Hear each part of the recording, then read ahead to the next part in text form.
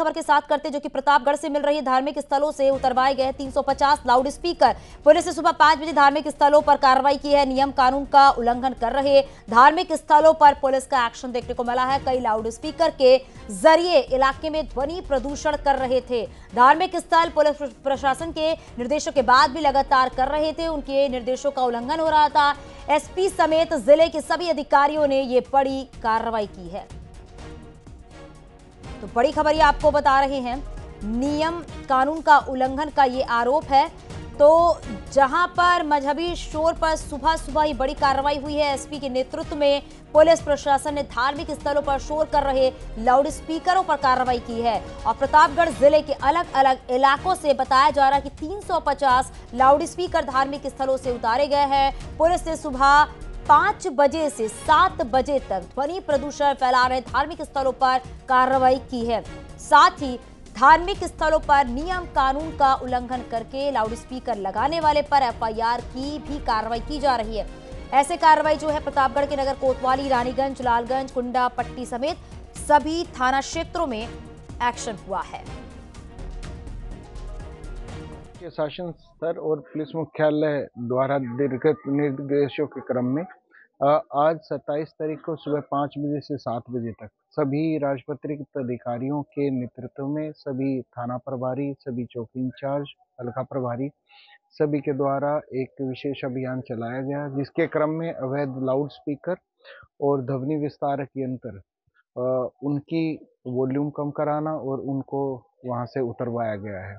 इस प्रकार के व्यक्ति जिनके द्वारा बार बार समन्वय स्थापित करने के बाद, संवाद स्थापित करने के बावजूद भी वहां पर अवैध रूप से लाउड स्पीकर लगाए गए और तेज आवाज रखी गई, उनके खिलाफ अभियोग पंजीकृत कर कार्रवाई की जा रही है। और काफी संख्या में इस प्रकार के लाउड स्पीकर और ध्वनि विस्तारक यंत्रों को हटवाया गया है। तो देखिए बड़ी कार्रवाई देखने को मिली है प्रतापगढ़ में। किस तरीके से सुबह 5 बजे से 7 बजे तक लाउड स्पीकर उतरवाए गए हैं। धार्मिक स्थलों से 350 लाउड स्पीकर जो है वो उतरवाए गए हैं। रोहित हमारे सहयोगी हमारे साथ फोन लाइन पर जुड़ गए हैं। रोहित, एक बहुत बड़ी कार्रवाई देखने को मिली है और सुबह सुबह ही ये एक्शन देखने को मिला है। जी, अपने दर्शकों को बता दें कि भोर में ही मजहबी शोर पर जो है प्रतापगढ़ पुलिस का एक्शन हुआ है। शासन और पुलिस मुख्यालय के निर्देश पे प्रतापगढ़ पुलिस आज सुबह से ही एक्टिव हुई थी। एसपी समेत जिले के तमाम आला अधिकारी जो है क्षेत्र में निकले थे। उन्होंने धार्मिक स्थलों का जो है भ्रमण किया और इस दौरान उन्होंने पाया कि जितने भी धार्मिक स्थल थे और कई धार्मिक स्थल पे लाउड स्पीकर की जो संख्या थी वो अधिक थी, जो उसका वॉल्यूम था वो अधिक था। और कई बार इसको लेकर जो है दिशा निर्देश जो है वो दिए गए थे जो भी धार्मिक स्थल के संचालक थे, लेकिन जो उनके निर्देशों का पालन नहीं कर रहे थे, नियम कानून का लगातार उल्लंघन कर रहे थे। ऐसे जो है धार्मिक स्थलों पे पुलिस ने एक्शन लेते हुए उनके लाउड स्पीकर उतरवाए हैं। अगर अब तक की कार्रवाई की बात की जाए तो 350 लाउड स्पीकर पुलिस ने उतरवाए हैं।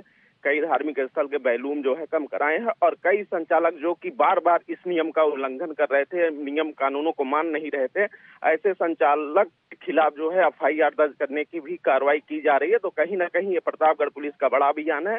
सुबह 5 बजे से ही चल रहा है। क्षेत्र के सभी चौकी इंचार्ज, थाना अध्यक्ष, टीओ, एडिशनल और कप्तान खुद मौके पर हैं। वो लगातार जो है क्षेत्र में जाकर भ्रमण कर रहे हैं, धार्मिक स्थलों का जायजा ले रहे हैं और जहां भी नियम कानून का पालन नहीं किया जा रहा और उनके द्वारा तत्काल एक्शन लिया जा रहा है। बहुत शुक्रिया इस पूरी जानकारी के लिए। और बड़ी खबर नोएडा से मिल रही है, जहां पर गाड़ियों में हूटर बजाने पर एक्शन देखने को मिला है। रोड पर उड़ाई गई नोट, सोशल मीडिया पर वीडियो वायरल हो रहा है और वायरल वीडियो के आधार पर पुलिस ने एक्शन लिया है। तो बताते चले आपको, नोएडा में गाड़ियों में हूटर बजाना और नोट उड़ाने पर पुलिस ने 5 गाड़ियां जब्त की हैं और इन गाड़ियों के 33 हजार रुपए के चालान भी काटे गए हैं। इस घटना का वीडियो सामने आया है और इसके बाद डीसीपी ट्रैफिक ने ये पूरी कार्रवाई की है। वीडियो में कार हूटर बजाते और साथ में नोटों की बारिश करते हुए नजर आ रहे हैं। वीडियो सेक्टर 37 सिटी सेंटर के पास की बताई जा रही है। ट्रैफिक पुलिस ने इस मामले में मुकदमा दर्ज कराया है। सहयोगी हिमांशु हमारे साथ फोन लाइन पर जुड़ गए हैं। हिमांशु, लगातार देखा जा रहा है कि किस तरीके से गाड़ी में हूटर बजाते हुए चलते हैं, दबंगाई दिखाते हुए चलते हैं, लेकिन एक बार फिर कार्रवाई जो है वो देखने को मिली है। देखिए, जाहिर तौर पे ये वीडियो नोएडा के सेक्टर 37 सिटी सेंटर के पास का है और कल देर रात ये करीब 5 से 6 गाड़ियां थी और हूटर बजाते हुए सड़कों से निकल रही थी, ओवर स्पीड थी और इसके अलावा नोटों की बारिश की जा रही थी। हालांकि इसकी जांच की जा रही है कि असली थे या नकली थे, लेकिन फिलहाल पुलिस ने इनको ट्रेस आउट किया और बिस्वक के पास ही सभी गाड़ियां जो है वो पकड़ ली गई और 5 गाड़ियों को सीज किया गया है। इसके अलावा एमवी एक्ट का उल्लंघन देखते हुए करीब 33 हजार रुपए का प्रति गाड़ी का चालान भी काटा गया है और जो कार के मालिक है यानी 5 गाड़ियां, उनके खिलाफ ट्रैफिक विभाग ने मुकदमा भी दर्ज कराया। तो जाहिर तौर पे इसको नजीर के तौर पर देखा जा रहा है। बड़ी कार्रवाई की गई है। जिस तरीके से लगातार सड़कों पर स्टंट देखने को मिलते हैं और जिस तरीके से हम लोग लगातार स्टंट देखते हैं और नियमों का उल्लंघन देखते हैं, उस पर जो है डीसीपी ट्रैफिक की तरफ से कार्रवाई की गई है। शुक्रिया इस पूरी जानकारी के लिए हिमांशु।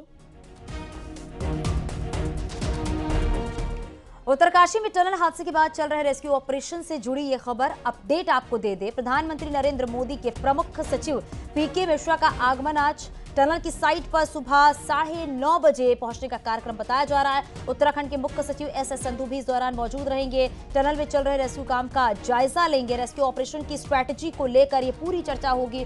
उत्तराखंड के आपदा सचिव नीरज खैरवाल भी इस दौरान मौजूद रहेंगे। तो ये बड़ी खबर आपको बता रहे हैं और बताया जा रहा है कि प्रधानमंत्री नरेंद्र मोदी के प्रमुख सचिव पीके मिश्रा जो हैं वो सिलक्यारा टनल पहुंचेंगे। बताया जा रहा है कि सुबह 9:30 बजे के आसपास, यानी कि थोड़ी देर के बाद पहुंचने का कार्यक्रम है। इस दौरान उत्तराखंड के जो मुख्य सचिव हैं एस संधू वो भी मौजूद रहेंगे। आपको बताते चले कि जो टनल में रेस्क्यू काम चल रहा है उसका जायजा लेंगे, उसका निरीक्षण करेंगे और उसकी स्ट्रैटेजी पर बातचीत होगी। अभी जो बचा हुआ है ओगर के अंदर, जो टूटा हुआ ओगर है 8.15 मीटर, तो जैसा आप देख रहे हैं कि जैसा बताया गया था कि बाकी मशीनरीज आने से और जो एडिशनल प्लाज्मा कटर आया या उन लोगों को और एडिशनल सपोर्ट आ गई, तो उसकी वजह से तो होप सो मतलब जो स्पीड चल रहा है वो ठीक चल रहा है। अभी तक और कोई ऐसा हर्डल आया नहीं है, तो उम्मीद है कि जो काम चल रहा है उसी प्रगति से चलता रहा तो हम लोग we are heading towards a positive sign.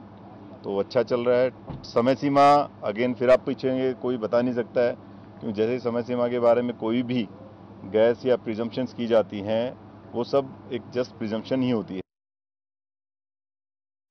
Balvir हमारे साथ फोन लाइन पर जुड़ गया है। बलवीर, जरा बताइएगा कि प्रधानमंत्री नरेंद्र मोदी के जो प्रमुख सचिव पहुंचने वाले हैं वो कितने बजे तक पहुंचेंगे? तो पीएम के जो प्रमुख सचिव है पीके मिश्रा, वो लगभग 9:30 बजे का उनका प्रोग्राम है। उनके साथ उत्तराखंड के मुख्य सचिव भी मौजूद रहेंगे।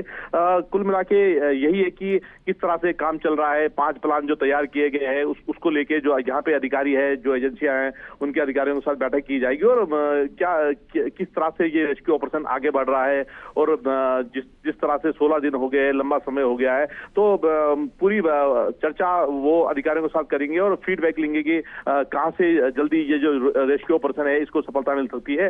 तो लगभग कह सकते हैं कि कुछ ही समय बाद जो प्रमुख सचिव है पीएम के, वो यहाँ पहुंचेंगे और अधिकारियों से मुलाकात करके पूरा जो रेस्क्यू ऑपरेशन है उसका फीडबैक लेंगे। जी, बहुत शुक्रिया इस पूरी जानकारी के लिए बलवीर।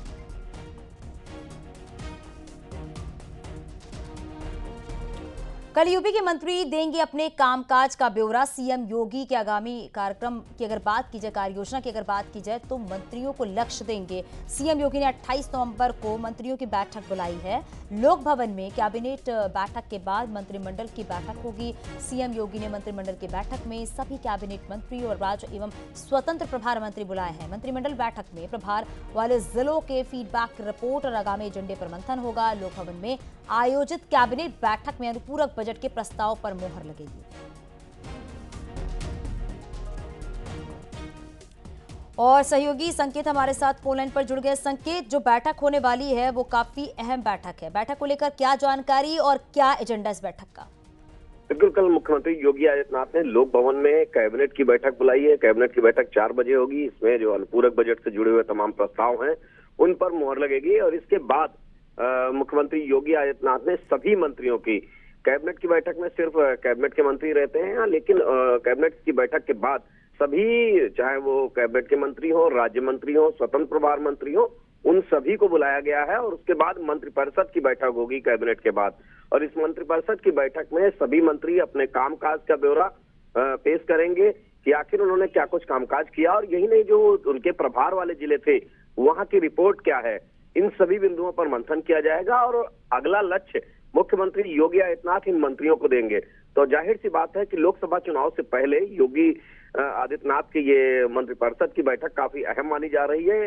इसमें लोकसभा चुनाव की छाप भी नजर आएगी। जिस तरीके से लोकसभा चुनाव की तैयारियों में भारतीय जनता पार्टी जुटी हुई है और मुख्यमंत्री योगी आदित्यनाथ भी लगातार दौरे कर रहे हैं, जाहिर सी बात है कि कल की ये मंत्रिपरिषद की बैठक में आगामी जो मंत्रियों के कामकाज हैं उन पर चर्चा की जाएगी, उनको लक्ष्य दिया जाएगा और जो उनके प्रभार वाले जिले थे और जो उनके विभाग हैं उनमें क्या कुछ खास किया है जो जनता के लिए फायदेमंद है, उसका फीडबैक मुख्यमंत्री योगी आदित्यनाथ इन मंत्रियों से लेंगे।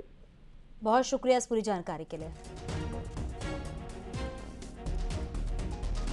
यूपी विधानसभा का शीतकालीन सत्र कल से शुरू हो रहा है और इससे पहले आज कई महत्वपूर्ण बैठक होगी। सुबह 11:30 बजे कार्य मंत्रणा समिति की बैठक होगी और इसके बाद बताया जा रहा है कि 12:30 बजे भी जो बैठक होगी वो काफी महत्वपूर्ण है, क्योंकि विधान भवन में सर्वदलीय बैठक होगी। और दोपहर 3 बजे की बात करें तो विधानसभा की सुरक्षा को लेकर बैठक होगी। पहले दिन बीजेपी विधायक स्वर्गीय आशुतोष टंडन के निधन के चलते सदन की कार्यवाही जो है वो शोक प्रस्ताव के बाद स्थगित हो जाएगी। 29 और 30 नवंबर और 1 दिसंबर तक सदन संचालित करने की योजना है। इसमें एक दिन अनुपूरक बजट पेश किया जाएगा, एक दिन नेता प्रतिपक्ष अनुपूरक बजट पर अपनी बात रखेंगे और इसके बाद ही नेता सदन में सीएम योगी सदन को संबोधित भी करेंगे।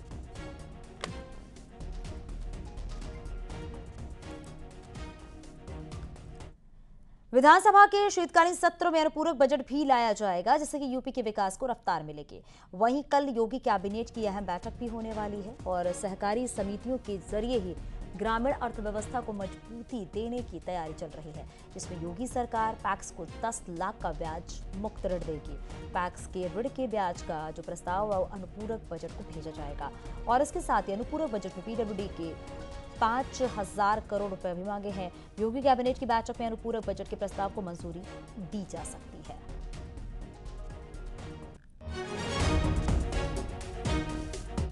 विंटर सेशन होगा विधानसभा का और इसमें अनुपूरक मांगे भी आएंगी और विधानसभा का जो विधायी कार्य है, कई बिल्स हैं वो भी आएंगे। 28 तारीख से प्रारंभ हो रहा है। पहले दिन तो एक दुखद समाचार भी है।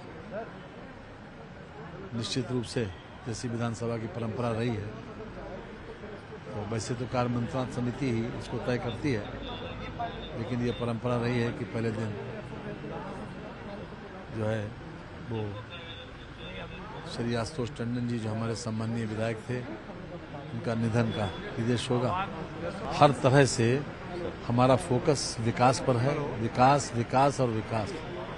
Law and order Uttar Pradesh में मेंटेन हुआ, बड़े पैमाने पर उसमें सुधार हुआ और उसकी वजह से हमारा डेवलपमेंट बहुत तेजी से चल रहा है और डेवलपमेंट में ये हमारा जो बजट आएगा वो निश्चित रूप से उसका सहयोग मिलेगा। शाहजहांपुर में पुलिस ने हिस्ट्री शीटर आकिल को गिरफ्तार किया है। गिरफ्तार हिस्ट्री शीटर के पास से तमंचा कारतूस बरामद हुआ है। पिछले दिनों मारपीट कर फायरिंग कर दहशत फैलाई गई थी। आकिल पर 15 मुकदमे दर्ज है। थाना चौक कोतवाली के अजीजगंज से पुलिस ने गिरफ्तार किया है। तो पुलिस को बड़ी सफलता हाथ लगी। शाहजहांपुर में पुलिस का बड़ा एक्शन देखने को मिला है और इस दौरान ही हिस्ट्री शीटर को गिरफ्तार कर लिया गया है। बताया यह जा रहा है कि तमंचा और कारतूस भी इस दौरान पुलिस ने बरामद कर लिया है।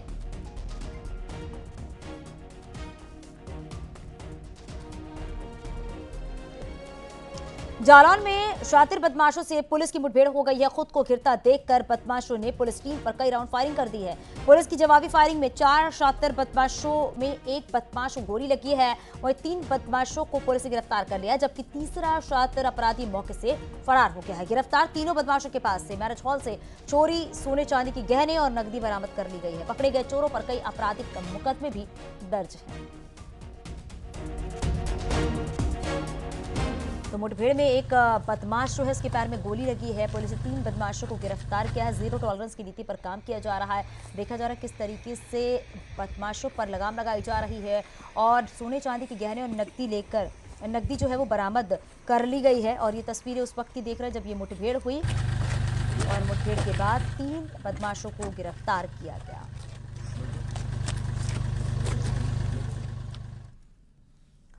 बस्ती में ट्रेन की चपेट में आने से 3 लोगों की मौत हो गई है।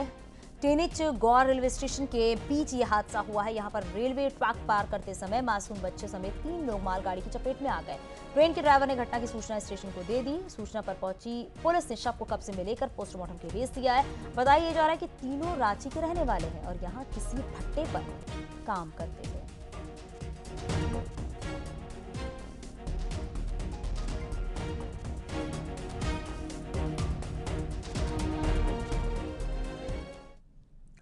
हरदोई में अंग्रेजी शराब की दुकान का शटर काटकर चोर हजारों रुपए की नकदी और शराब की बोतलें पार कर ले गए हैं। चोरों की ये करतूत दुकान में लगे सीसीटीवी कैमरे में कैद हो गई है। सीसीटीवी वीडियो में आप साफ तौर पर देख सकते हैं कि 3 चोर दुकान के अंदर प्रवेश करने के बाद शराब की बोतलों को गत्ते में पैक करते हुए नजर आ रहे हैं। पुलिस ने मुकदमा दर्ज कर लिया है, लेकिन अभी किसी भी चोर की गिरफ्तारी नहीं हो सकी है।